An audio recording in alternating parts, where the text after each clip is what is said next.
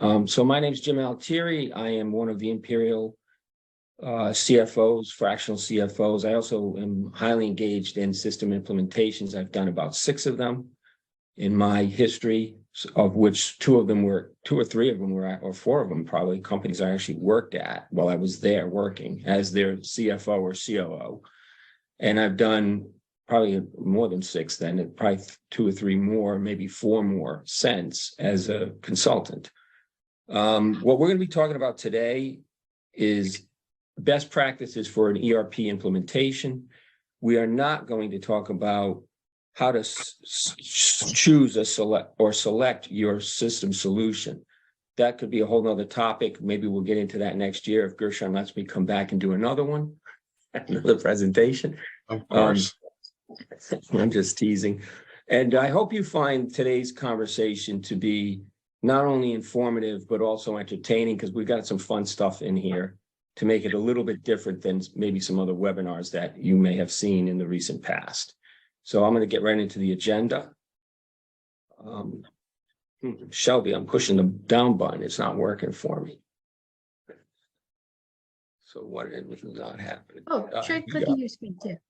So everybody should be looking at the agenda right now. So we're going to talk about some myths and legends associated with ERP implementations to get everybody engaged.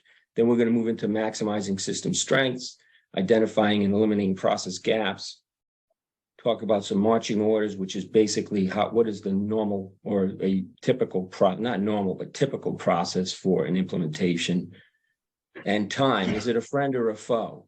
And it depends on how well placed you are to get the job done, whether it's a friend or a foe. And then we're going to revisit wishful thinking, which is kind of a revisiting of the myths and legends at the end, because I think there's something really to be gained from talking about what people may believe is conventional wisdom, which really isn't the way things go.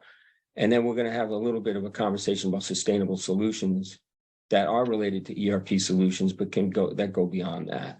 So let's talk about some myths and legends. So myths and legends versus the ugly truth. I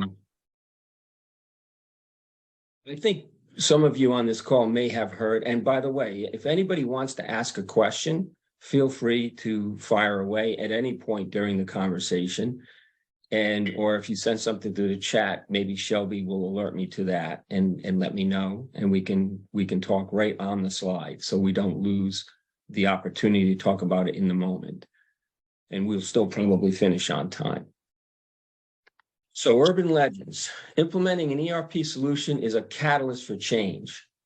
I think there's a nuance here. I think that the reality is that an ERP solution is a great platform when change is required in your organization, but it is not the catalyst for change. People are the catalyst for change.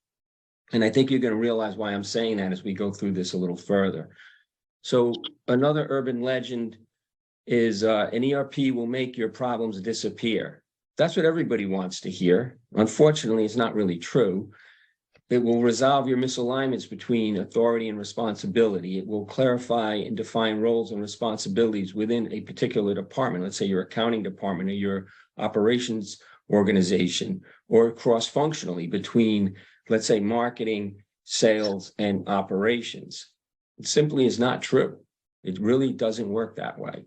And this one is really probably the most egregious. Is an ERP system will streamline your processes. It's really the other way around. You have to streamline your processes in order to get them to work within the ERP solution most of the time. In my experience, it's been almost every time. So unless your company has the time and the desire and the skill to manage change, you're likely to bring your bad habits and broken processes with you into your new and unfamiliar ERP landscape. And that is a painful proposition. And you're going to see why in a few minutes. 3, urban legends. If you want to improve your company's culture or behaviors, implement an ERP solution. My position on this is absolutely not. Leadership needs to deal with company culture and behavior, but doing an ERP solution may prompt you to have some conversations with your leadership in order to invoke some changes that are really necessary for you to be successful, not just in ERP implementation, but maybe just to grow your business. And I think the fourth one is really interesting. If you can't compete, if you can't complete or even begin your UAT, which is user activity testing, during the testing phase, don't worry about it. And training is optional because the system solution is intuitive to use. I've got some swampland to sell you if you want to believe that. And there used to be a show on television. I'm dating myself. It was called Jackass. It was a comedy series. I don't know if any of you guys have ever seen just one episode, but it's kind of a comedy series that it was a turnoff, actually. It was kind of appalling, like some of the stupidity that these guys were doing. And I'm aligning that series to the concept that you can avoid testing and avoid training and everything will come out right. It just isn't going to work that way. So now I want you to meet Lucy. Lucy volunteered to help me compare an ERP implementation to installing a doggy door in your home. Lucy is my 10-year-old dog, and she's downstairs taking a break. So here's an analogy for an ERP solution, the actual doggy door. Not the door with the doorknob or the knocker, but the door that the dog can go through whenever the dog or cat or maybe a pig can get through that door. So they can come back and forth. And why is that like an ERP solution? Because an ERP solution is kind of a doorway that allows for your transactions and your information to flow from one system to another, from the inside to the outside.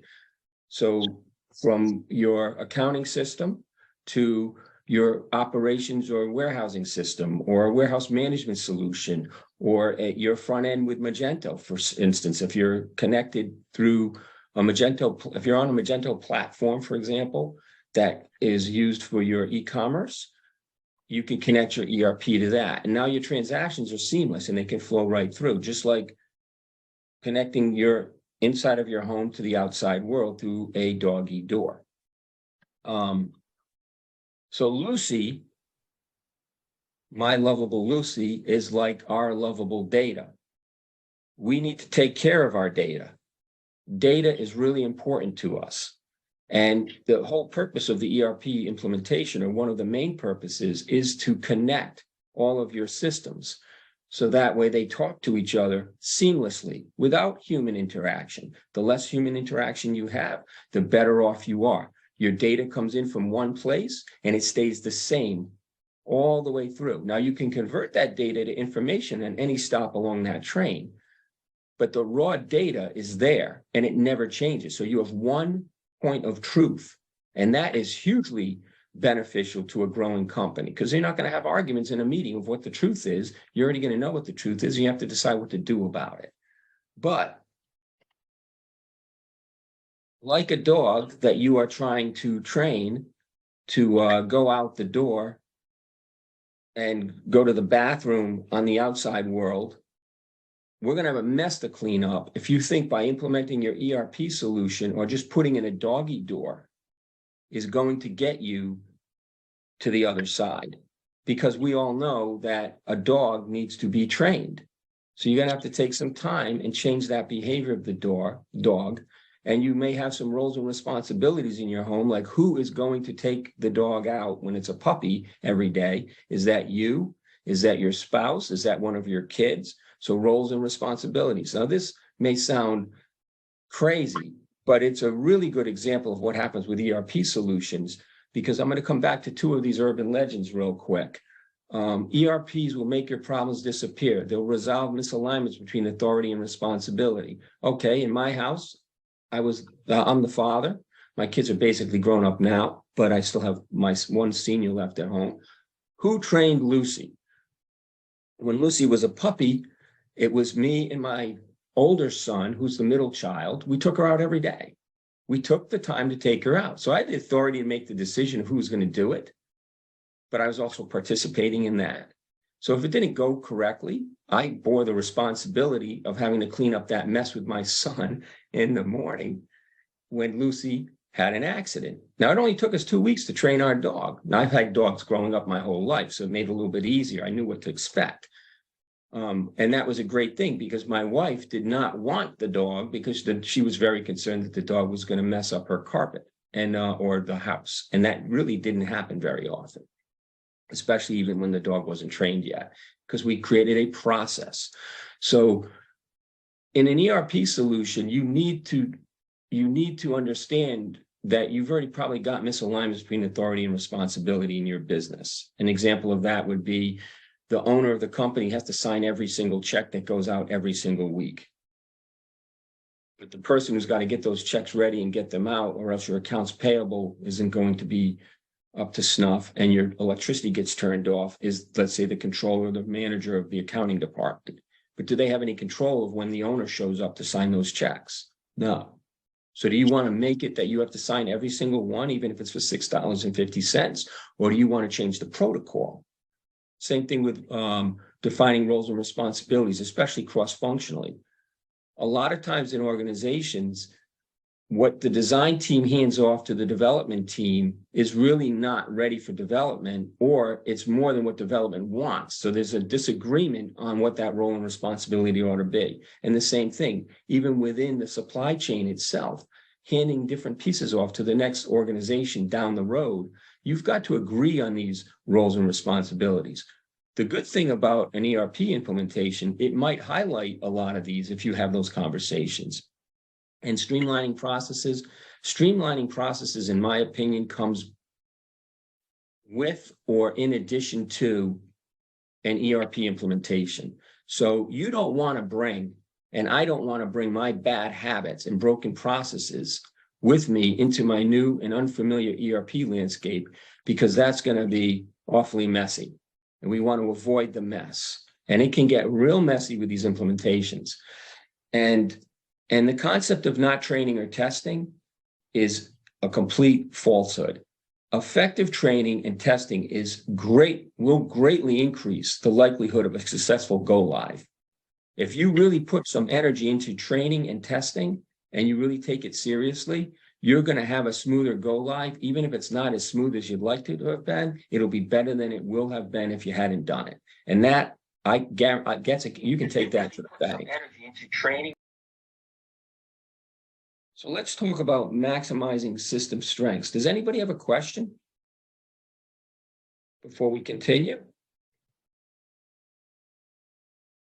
Okay. So system strengths. ERP solutions integrate systems by creating pathways, or like the doggy door, a way to get your transaction from one side or your dog from one side to flow between disparate systems that aren't talking to each other, systems that could create a dead end. So your ERPs, so let's say that your e-commerce, the front end of your business, and let's say you're 100% e-commerce business or 90% e-commerce, and you have all of these transactions that are coming through your website. Well, where are they going? Are they rolling into your financial system, which could be QuickBooks, it could be NetSuite, it could be Sage, it could be something else, or are they dead ending? So you have a dead end, like a dead end street, and you have to get them into your other system. So now you've got to get them, those purchases somehow into a system that's going to allow you to pick, pack, and ship them out of a warehouse, or you need to get those transactions into your financial system, or both. So how do you do that? That's the purpose of that ERP solution. So you have one source of truth. It was that sales order that came through your e-commerce site, and you know how many units, you know what color, you have SKU information, you can pick, pack, and ship it, and you know the price, and you know how much it costs you because it's in your inventory already. So how do you connect all of that? But in order to connect all these disparate systems, it requires a disciplined and methodical process, and you need procedures. So your company may be small right now and you don't have anything really written down. So you don't have a process. What I call a process is something that's documented, but you have business practices. Your team in the warehouse knows how to get that product out the door, but they still have to be told what product to move. How do they get that information? That's what the ERP solution can help with, because they can give them real-time information and speed up or make your business more efficient. So you want to leverage your best practices or leverage industry best practices to improve the accuracy and timeliness of a company's data and information, which allows you to do the job more efficiently and effectively, which can also reduce your costs, or it can at least take the costs of, let's say, labor that is spending an awful lot of time uploading and download information from one system to another, and then they have to reconcile it because it's not necessarily exactly right, and that takes time and causes errors. And you can take those resources now, because your ERP solution has integrated all of that and allowed everybody, all the information and everybody to pass through from one system to the other, the truth, what was the real original transaction. And you don't have to have anybody doing all these low value added functions anymore. But these people really understand your business. They're hungry to grow. You want them to stay. So let's give them a more interesting job and let them become something other than the person moving data around, which is tedious and very time consuming. And it's pressure cooker in some cases because they can't get it done quick enough. But in order to accomplish all of this, data integrity is key. So I think you got to really keep that in mind relative to your system implementation. So I want to pause for a minute, and I want to ask you, everybody out there, does anyone want to take a guess on who's the author of this quote? So sustainable business solutions allow companies to focus on maximizing opportunities while minimizing risk. Does anybody want to take a guess as to who authored this quote? I feel like Ferris Bueller here. Anybody? How about one of the folks at Gershon? Take a stab at this. Who do you think said that? Do you know the answer? I just put something in the chat. It Oh, sounds like a quote from you. You were right. That is one of my quotes. I've been saying this since I worked at Coach and we were implementing sustainable business solutions. So Gershon, you get a free copy of this presentation when it is over and a cup of coffee. Sounds good. So anyway, let's talk about identifying and eliminating process gaps. And we're going to come back to the sustainable solution concept as we work through some of these additional slides. So what is a gap? Well, when you start with your ERP solution, you're going to have to process flow your business practices from start to finish. And what you're going to find is that different organizations in your company have business processes and practices that are now all flowing together. And you're going to realize there's some redundancies. There's some groups that are handing something off, but it's really not as handed off in a way that the other group can work with it as readily as they would like to. Let's pause there and give a good example. So I've got a bunch of data spitting out of one of my, let's say I've got a bunch of information coming from the development group that's got to get to manufacturing. The way the development sees the world is not necessarily the best way for manufacturing to receive that information. But manufacturing never asks development to change the format, just the format. So they end up getting a bunch of information that takes them 4 or 5 hours to reformat into something that they can work with, and they lose a half a day.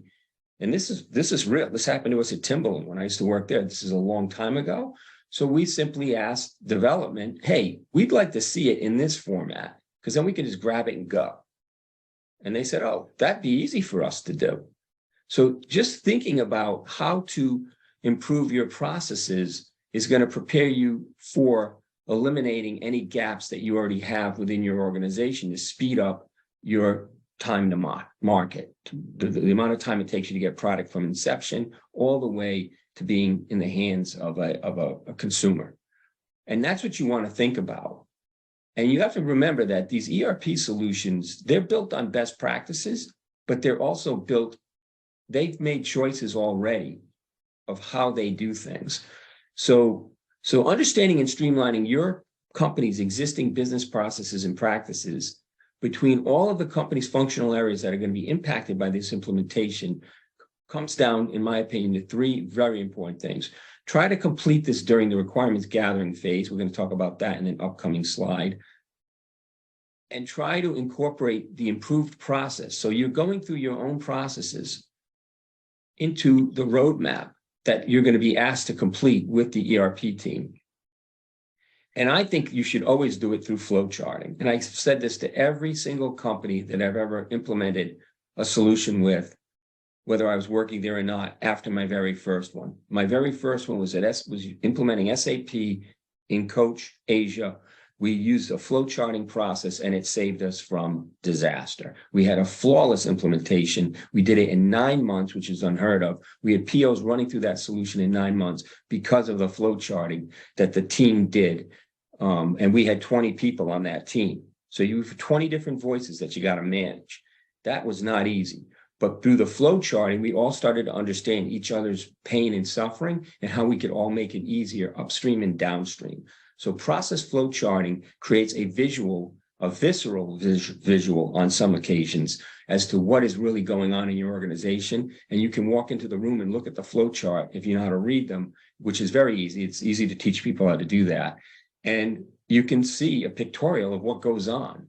And then you can take that information and put it right into the roadmap. And that is critical.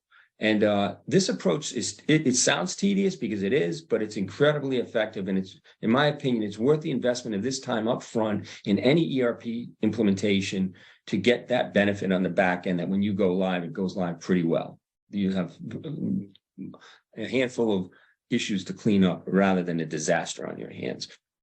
And then what you also have to do is number 2 on this chart is you have to work with the company's project management. Your company's project manager, the PM of your company, who's been chosen to be the project manager for the ERP implementation, must partner with the ERP team's project manager, which is always assigned by the company that you choose to be your, let's say you want to implement SAP or NetSuite or whatever, they're going to assign you a project manager. You got to work hand in hand with this other person. And you want to make sure that they fully understand this process flow that's rolling into this roadmap. Because they're going to tell you if they have a system constraint. They're selling you a vanilla version of their software. And if they're going to have to customize it, this is where you figure that out. And that creates a gap. Because you either, you either have to change how you are running your business in order to accommodate the system's solution of fitting that round peg into what would become a round hole versus a round peg into a square hole. Or they're going to have to compromise and they're going to have to build a custom solution to change how their solution works to accommodate something that is a deal breaker for you. Now, sometimes you can identify this before you even sign a statement of work up front, but sometimes it comes out of the process itself. So what is here in marching orders, this is an interesting slide. This explains how we get through an implementation. So you've got project management. Of course, you've signed a statement of work. You're going to have a kickoff.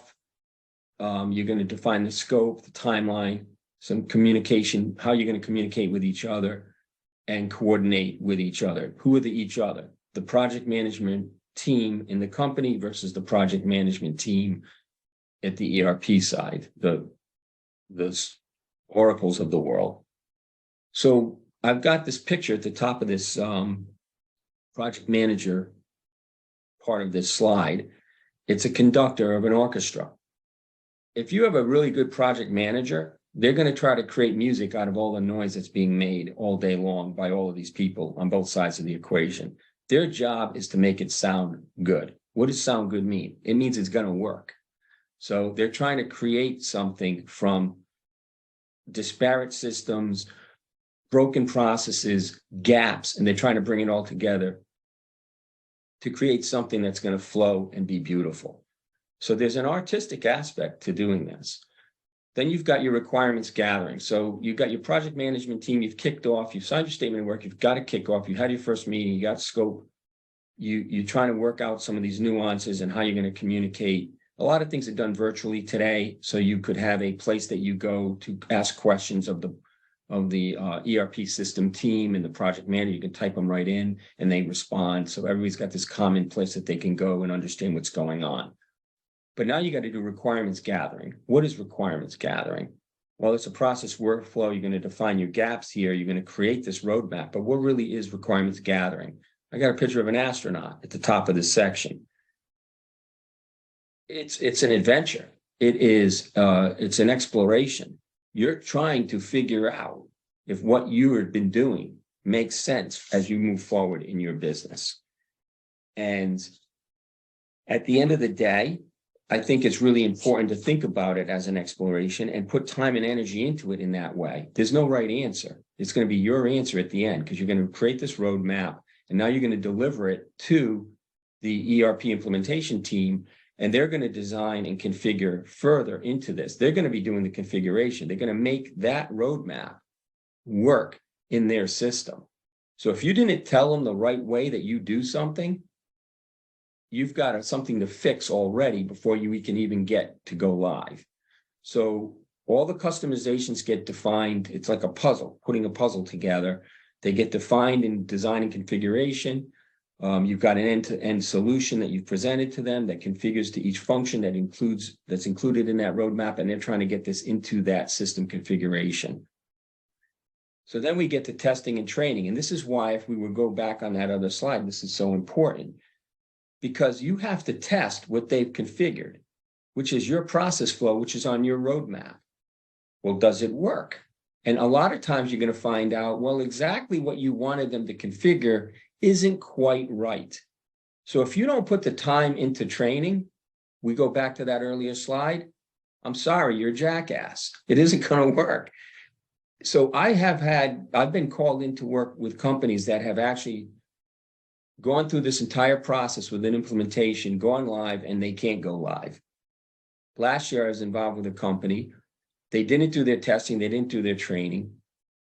And what ends up happening is they didn't test their integrations. They didn't test the functionality. The user activity testing, the UAT, which is a discipline, wasn't done effectively. People sloughed it off. They couldn't get to it. They were too busy with other things. There's a million excuses, and they are excuses because you're going to be resting on this ERP solution is your heart and soul. And at the end of the day, it's not going to work.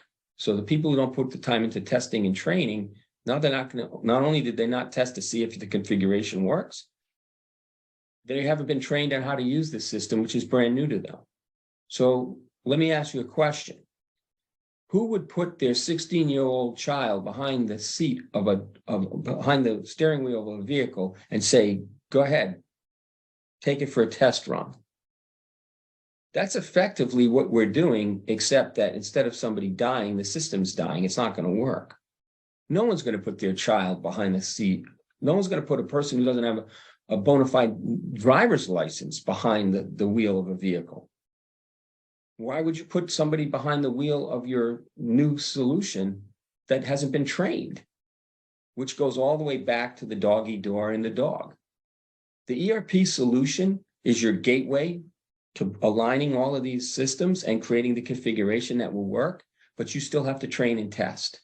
If you don't train the dog to go through the door when it needs to go to the bathroom, if you don't train the dog to go outside, the result is going to be a mess, which is no different than what's going to happen if you don't test and train. And then if you've done your testing and training and everything's ready to go and you've got your go live date and you push the button and you go live, right before you do that, you're going to probably migrate some data if you need to migrate data. If you want to bring prior year's information into usually this is financial data, but sometimes it could be existing purchase order data because you want a PO to go live in your system and the PO exists before you're actually going to ship it and you're already coming in to us, or you want to start with a new set of purchase orders. And that's how we did it at Coach. All existing purchase orders were handled in the old system, and the new system, the new SAP system, handled live POs from an implementation of live POs on a particular date. It's a very clean way. It was a cutoff. So you're dealing with cutoffs, data migration. All your documentation should be ready to go live. The documentation should be provided by the ERP experts, the folks that are implementing your solution. And the go live is what I call a partnership. And that's why I show this on the screen with the little icon of people shaking hands, because they're going to be your partners for a long time to come. So it's time a friend or a foe. Well, let's talk about a timeline real quick. So what we just looked at on this screen, on this slide, is what needs to get done. Okay, how long does it take? It really only takes 12 weeks, 3 months. You're going to sign a statement of work. You're going to have a kickoff meeting. You're going to have a roadmap completed probably in the first month. You're going to wrap up and design. You're going to wrap up the design, define customizations, and configure a solution by the end of month 2. And in month 3, you're going to be doing testing and training and resolving any discrepancies that come up in the testing and dealing with any issues around training that people just don't get it the first time. And how do you manage that? And you can have a process to resolve that. So in 12 to 13 weeks, or at least 16 weeks, you're migrating your data, you're addressing concerns, and you're going live. That's 4 months. That's a typical timeline.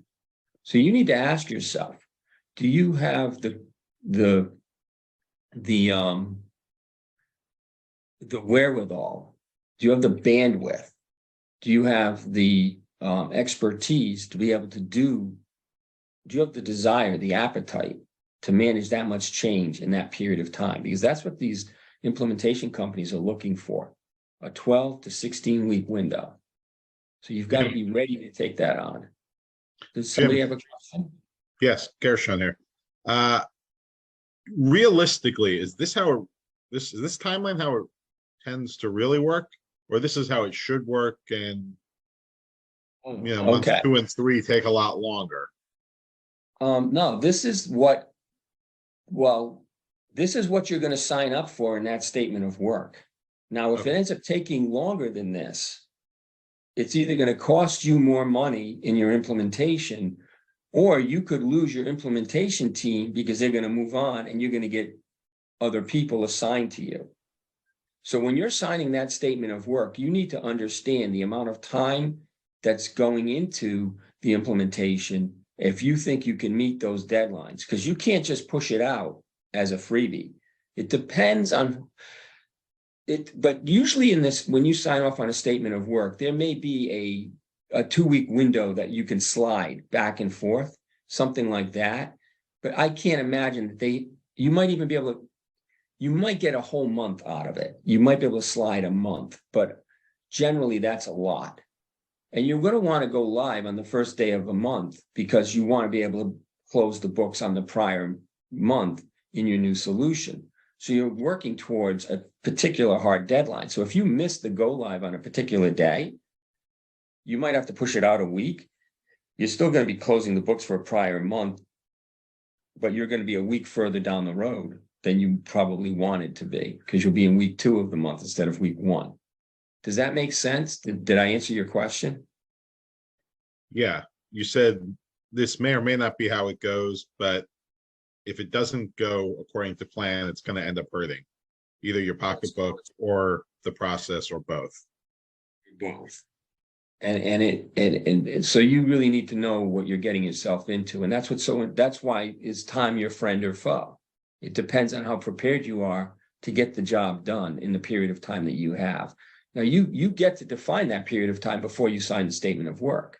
But would you know enough to be able to sign the statement of work and have enough time in there if you've never gone through the process before? No, and then that's why you bring Jim. Well, that's why you get somebody involved. Now, somebody if you have, let's say you've got a company that's got an IT organization, it's got you got a chief information officer. They've been through implementations before. You've got some implementation bandwidth in your team. That's great. Do you have a controller? If you don't have a controller, you're trying to implement a new system solution, before you get to month 2 or 3, you're going to need a controller, because you're going to need to set up your financial solution in this system. Who's going to do that? Yeah. Penny has a question here in the comments. He said he has a follow-up question. Would you like to ask that, Penny? Sure. Hi, it's Penny here. Thank you, Jim. And yeah, I guess also about the timeline. really, I guess my question would be like, really, there's like a month zero, or something even time before this where the internal team has to start like gathering resources and internally start setting up and getting ready to engage with that engagement team. Is that correct?